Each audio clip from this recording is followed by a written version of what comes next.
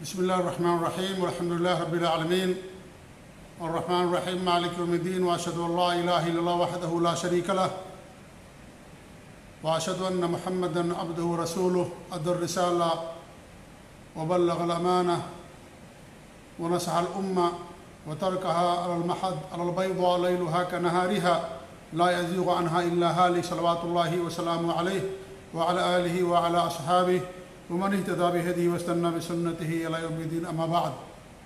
اللہ کے فضل و کرم اس کی توفیق سے اصول ایمان کی شرح آپ کے سامنے ہر ہفتہ کم و بیش کی جاتی ہے۔ آج جو ہمارا باب ہے وہ ہے اصل علوم الدین ثلاث، یعنی علم دین کے اصول تین ہیں۔ اس کے تحت مصنف رحمۃ اللہ علیہ نے جو حدیث پیش کی ہے، آئیے پہلے حدیث پڑھتے ہیں، اس کے بارے میں محدثین کا کیا حکم ہے اس کو پڑھیں گے، اور پھر چونکہ اس حدیث کو مصنف نے بیان کیا ہے پھر اس کی مختصر طور پر شرح آپ کے سامنے کرنے کی ہم کوشش کریں گے۔ وعن عبداللہ ابن عمرو رضی اللہ تعالی عنہما قال قال رسول اللہ صلی اللہ علیہ وسلم العلم ثلاث آیۃ محکمہ او سنت قائمہ او فریضۃ عادلہ وما کان سوا ذلک فهو فضل رواہ الدارمی وابو داود۔ اس کا ترجمہ یہ ہے کہ عبداللہ بن عمر بن عاص رضی اللہ تعالیٰ عنہ فرماتے ہیں کہ اللہ کے رسول نے فرمایا علم تین ہے، یعنی جو بنیادی علم ہے یا دین کے علوم کی جو اصل ہے اور شریعت کے مسائل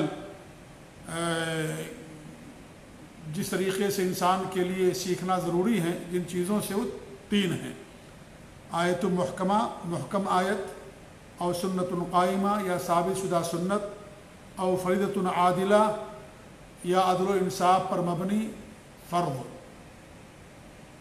اس کے بارے میں علماء کے اختلاف ہے کہ یہاں پر کیا مراد ہے۔ وما کان سوا ذلک، اور جو ان کے علاوہ ہیں، فہو فضل، وہ کیا ہیں، یعنی فضل ہیں، زیادہ ہیں خیر کے اندر۔ دارمی اور ابو داؤد نے، ابن ماجہ نے اور دیگر محدثین نے اس حدیث کو روایت کیا ہے، لیکن یہ حدیث صحیح نہیں ہے۔ اس حدیث کے اندر یا سند کے اندر دو ضعیف راوی ہیں۔ ایک کا نام عبد الرحمن بن زیاد الافریقی ہے، جس کے ضعف پر محدثین کا تقریباً اتفاق ہے، اور دوسرے عبد الرحمن بن رافع التنوخی ہے، یہ بھی ضعیف راوی ہیں۔ اسی لیے بڑے بڑے علماء نے، محدثین نے، ائمہ نے، جرح و تعدیل کے یا حدیث کے علماء نے اس کو ضعیف قرار دیا ہے، اور جنہوں نے ضعیف قرار دیا لمبی فہرست ہے، انہی میں سے امام سفیان الثوری، امام ابن القطان اور الضیاء المقدسی، ابن کثیر، الذہبی، ابن رجب، ابن المنقل، ابن حجر اور البانی رحمۃ اللہ علیہم اجمعین۔ اللہ تعالیٰ سب پر رحم فرمائے اور سب کی کوششوں کو اور جہود کو اللہ تعالیٰ قبول فرمائے۔ ان سب نے اس حدیث کو ضعیف قرار دیا ہے۔ امام البانی رحمۃ اللہ علیہ نے ضعیف الجامع کے اندر اس کو بیان کیا ہے، ضعیف ابو داؤد کے اندر بیان کیا ہے۔ الغرض یہ حدیث صحیح نہیں ہے، ضعیف ہے، لیکن چونکہ مصنف نے یہاں بیان کیا ہے اس لیے میں مختصر طور پر اس کی شرح کر دیتا ہوں، ورنہ اس کی شرح کی ضرورت نہیں تھی، کیونکہ جب ضعیف حدیث ہے تو اس سے کوئی معنی، کوئی حکم ثابت نہیں ہوتا ہے۔ عبداللہ بن عمر بن عاص اس حدیث کے راوی ہیں، مشہور صحابی ہیں۔ ان کا نام تھا پہلے العاص، ہمارے نبی نے نام کو بدل دیا، کیونکہ عاص کے معنی ہوتے نافرمان، تو جس نام سے شرک ظاہر ہوتا ہو یا جس نام کے اندر کوئی قباحت ہو، برائی ہو، اس نام کو ہمارے نبی صلی اللہ علیہ وسلم چینج کر دیا کرتے تھے، بدل دیا کرتے تھے۔ اور آج بھی یہ چیز سنت ہے کہ جو نام صحیح نہ ہو اس کو بدل دیا جائے۔ تو ان کا نام عاص تھا، عمر بن عاص رضی اللہ تعالیٰ عنہ نے اپنے والد کے نام پر ان کا نام رکھا تھا، تو ہمارے نبی صلی اللہ علیہ وسلم نے ان کا نام بدل دیا اور عبداللہ ان کا نام رکھ دیا۔ یہ اپنے والد سے صرف 11 سال چھوٹے تھے اور بڑے ہی عابد اور زاہد صحابی گزرے ہیں۔ 700 حدیثیں ان سے مروی ہیں۔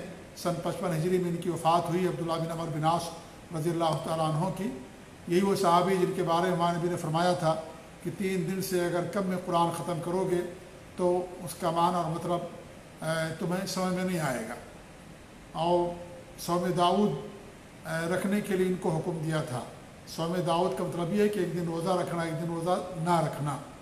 بعد میں جب ان کی عمر زیادہ ہو گئی تو وہ کہتے تھے کاش میں اللہ کے رسول صلی اللہ علیہ وسلم کی رخصت کو قبول کر لیتا، اور اس طریقے سے کیونکہ انسان جب جوان رہتا ہے، طاقت رہتی ہے تو نشیط رہتا ہے، چاق و چوبند رہتا ہے عبادت کے اندر، لیکن جب بڑھاپا آ جاتا ہے، انسان ضعیف العمری کو پہنچ جاتا ہے تو بہت ساری باتیں کرنا اس کے لیے مشکل ہو جاتی ہیں۔ لیکن چونکہ ہمارے نبی سے انہوں نے وعدہ کیا تھا، ہمارے نبی کی وصیت تھی یا ان کا حکم تھا، تو اس پر عمل کرتے تھے تکلیف اور پریشانی کے باوجود بھی۔ بہرحال وہ کہتے ہیں کہ اللہ کے رسول نے فرمایا کہ علم تین ہے، یعنی دین کا علم کی بنیاد یا اس کے اصول تین ہیں۔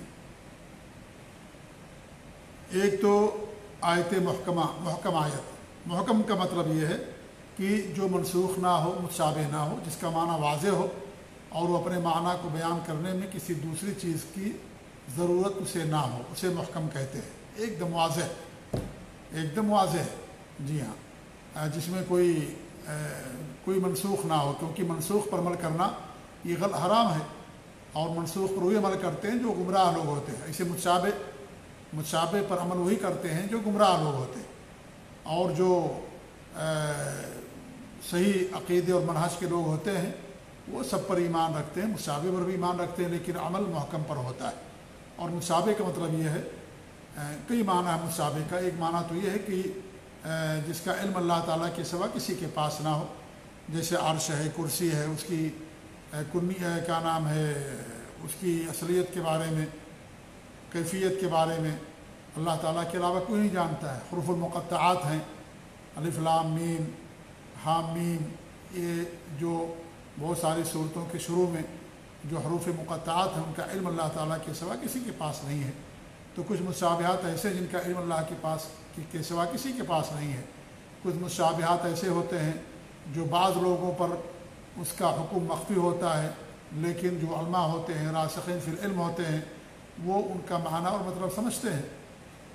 اور ایک متشابہ یہ ہوتا ہے کہ جو اپنے معنی کو بیان کرنے میں کسی دوسری چیز کی جسے ضرورت پڑے اسے متشابہ کہا جاتا ہے، جی ہاں، تو یہ متشابہ ہے۔ تو محکم آیت یہ اصل ہے، اسی پر عمل کرنا ہے اور اسی کے مطابق انسان کو زندگی گزارنا ہے۔ تو ایک تو یہ ہوگا، اور سنت قائمہ یا ثابت شدہ سنت، یعنی عمل جو اللہ کے رسول ثابت ہو۔ اور سنت تین طرح کی ہوتی ہے، سمجھ لیجئے۔ ایک تو جو آپ کا قول ہے وہ بھی سنت ہے، نمبر دو جو آپ کا عمل ہے وہ بھی سنت ہے، اور تیسرا جو آپ کے سامنے کیا گیا اور آپ نے خاموشی اختیار کی یا آپ نے اس کو سراہا، رضامندی ظاہر کی، وہ سنت ہے۔ تو یہ تینوں سنت ہے، لیکن ثابت ہونا چاہیے، کیونکہ اگر وہ سنت ثابت نہیں ہے تو اس کے اوپر عمل نہیں کیا جائے گا، اس کے اوپر عمل نہیں ہوگا۔ ثابت ہونا چاہیے، صحیح سند سے اس کا ثبوت ہونا چاہیے۔ تیسری چیز کیا ہے؟ او فریضۃ عادلہ، اس کا ایک معنی تو علماء نے بیان کیا ہے، علم الفرائض، فرائض یعنی وراثت کا علم، جس میں اللہ رب العالمین نے عدل کے ساتھ سب کا حق مقرر کر دیا ہے، اور اس کو اللہ رب العالمین نے اپنی حدود قرار دیا۔ تلک حدود اللہ، اللہ تعالیٰ کی حدود ہے، یعنی جس کا جتنا حق ہے اسے اتنا ملے گا، اور وصیت نہیں کی جائے گی وارث کے لیے، کیونکہ وارث کا حق اللہ رب العالمین نے بیان کر دیا، قرآن مجید کے اندر اور حدیثوں کے اندر بیان کر دیا گیا کہ کس کو کتنا حق ملے گا۔ لہذا یہ عدل کے ساتھ یہ سب کے حقوق اللہ رب العالمین نے متعین کیے۔ تو ایک معنی تو علماء نے یہ مراد لیا ہے، اور بہت اہم علم ہے علم الفرائض، میراث کا علم، کہ وراثت کے بعد یعنی وفات کے بعد انسان کو کتنا ملے گا، یہ بہت اہم علم ہے، اور بہت کم لوگ اس کے جاننے والے ہیں۔ اس علم کو حاصل کرنا چاہیے اور لوگوں کے اندر اسے عام کرنا چاہیے۔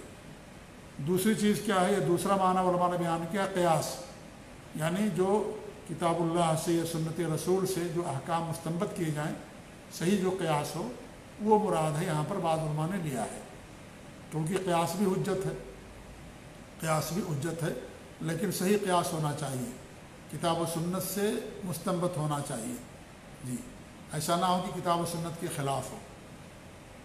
اور اصل تو قرآن و حدیث ہی ہیں، قیاس کیا ہے؟ یہ ضرورت ہے۔ جب کتاب و سنت کے اندر جو چیز نہیں ہوگی اس کے بعد قیاس کیا جائے گا، اس کے بعد اجتہاد ہوگا۔ اگر کتاب و سنت کے اندر موجود ہے تو پھر اجتہاد اور قیاس کی ضرورت نہیں ہے۔ اور تیسرا معنی علماء نے بیان کیا کہ اس سے مراد اجماع ہے، یا جس پر مسلمانوں کا اتفاق ہو، اجماع، کیونکہ سارے مسلمان کسی دلالت پر اتفاق نہیں، اجتماع ان کا نہیں ہو سکتا ہے، تو اجماع مراد ہے، بعض علماء نے بیان کیا ہے۔ تو اجماع اور قیاس یہ دونوں کیا ہیں، یہ بھی حجت ہیں، لیکن شرط یہ ہے کہ ثابت ہونا چاہیے، قیاس صحیح ہو اور کتاب و سنت کے موافق ہو، اور اجماع بھی ثابت ہو۔ ایسا نہ ہو کہ اجماع ثابت نہ ہو۔ بہت سارے لوگ اجماع کا دعویٰ کر بیٹھتے ہیں بہت سارے مسائل میں، حالانکہ اس پر اجماع نہیں ہوتا ہے، اور بڑے بڑے علماء اس کے خلاف ان کا قول موجود ہوتا ہے، لیکن چونکہ آدمی جس مسلک کو مانتا ہے، جس قول کو مانتا ہے، اس کے بارے میں علماء کا اجماع نقل کر دیتا ہے، اس لیے اجماع کے لیے ضروری ہے کہ وہ ثابت شدہ ہو۔ بہت سارے اجماع ثابت ہیں، جیسے جمع قرآن کا ایک یعنی مصحف کے اندر اکٹھا کرنا ایک جگہ، اور ابو بکر رضی اللہ عنہ کی خلافت پر اجماع، عمر رضی اللہ تعالیٰ عنہ کی خلافت پر اجماع، عثمان رضی اللہ تعالیٰ عنہ کی خلافت پر اجماع، یہ سب کیا ہے، ثابت شدہ ہے، اس پر کوئی اختلاف نہیں ہے امت کا۔ جی، علی رضی اللہ عنہ کی خلافت پر اختلاف ہوا، لیکن وہی برحق تھے اور وہی خلافت کے مستحق تھے، علی رضی اللہ تعالیٰ عنہ، لیکن وہاں اختلاف ہو گیا۔ عثمان رضی اللہ عنہ کی خلافت تک کوئی اختلاف نہیں تھا، سب کا اس پر اجماع ہے۔ جی ہاں، ایسے اللہ کے رسول صلی اللہ علیہ وسلم کا حضرت عائشہ کے گھر میں دفن کرنا، اس پر اتفاق، ابو بکر کی خلافت پر اتفاق، اور حضرت عائشہ رضی اللہ تعالیٰ عنہا کے گھر میں ابو بکر اور عمر رضی اللہ تعالیٰ عنہما کا دفن کرنا، اس پر بھی تمام صحابہ کا اجماع تھا، اور آج بھی اجماع چلا آ رہا ہے۔ اجماع جب ثابت ہو کسی دور میں تو بعد میں اجماع وہ نہیں ختم ہوتا ہے، تو لیکن شرط یہ ہے کہ وہ ثابت ہونا چاہیے، شرط یہ ہے کہ ثابت ہونا چاہیے۔ تو یہ بھی علماء نے اس کا معنی بیان کیا ہے۔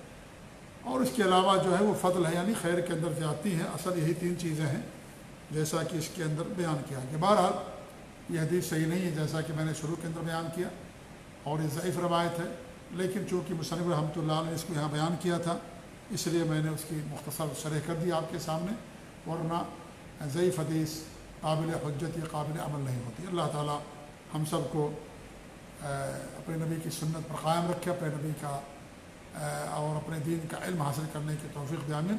جزاکم اللہ خیر، وصلی اللہ علیہ محمد وعلی آلہ وصحبہ اجمعین، والسلام علیکم ورحمۃ اللہ وبرکاتہ۔